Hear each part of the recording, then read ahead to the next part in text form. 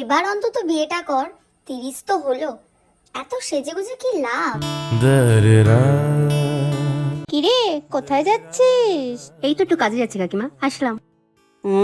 30 হয়ে গেছে, বিয়ে করে না, খালি ঘুরে বেড়ায়। কেমন আছো দিদি? আরে তুই? ভালো আছি, তুই কেমন আছিস? ভালো। আমার বিয়ের কার্ড দিতে এলাম, এই নাও। সবাই যাবে কিন্তু। তোর বিয়ে? কত জানি বয়স তোর? এই তো 22 হলো। তা এত তাড়াতাড়ি বিয়ে করে নিচ্ছিস?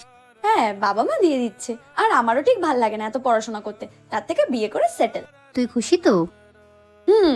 আচ্ছা, কংগ্রাচুলেশন, খুব ভালো থাকিস। Thank you.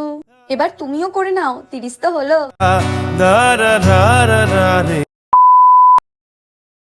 জানিস না কি হয়েছে? কি হয়েছে? ওই যে রিনি ছিল না পাশের পাড়ার, এই যে 1 মাস আগে বিয়ে হলো। হ্যাঁ হ্যাঁ চিনি মা, বলো। হ্যাঁ, ওর বাবা মা তোকে খুব তাড়াহুড়ো করে বিয়ে দিল, তাই নাকি ছেলে ঠিকঠাক খোঁজ খবরও নিতে পারেনি। ছেলে নাকি পাক্কা মাতাল, বিয়ের পর জানতে পেরেছে। খুব মারধর করতো, মেরে ফেলেছে রে মেয়েটাকে। কি বলছো? হ্যাঁ রে, এই তো খবর পেলাম, আজকেই সকালে নাকি হয়েছে। শুধুমাত্র 20 বছর হয়ে গেছিল বলে এত হতকারিতায় মেয়েটার বিয়ে দিয়ে দিল, কোনো খোঁজ খবর নিল না। আজ তার ফল এই, বয়স 20 হোক বা 30, সঠিক মানুষ না পেলে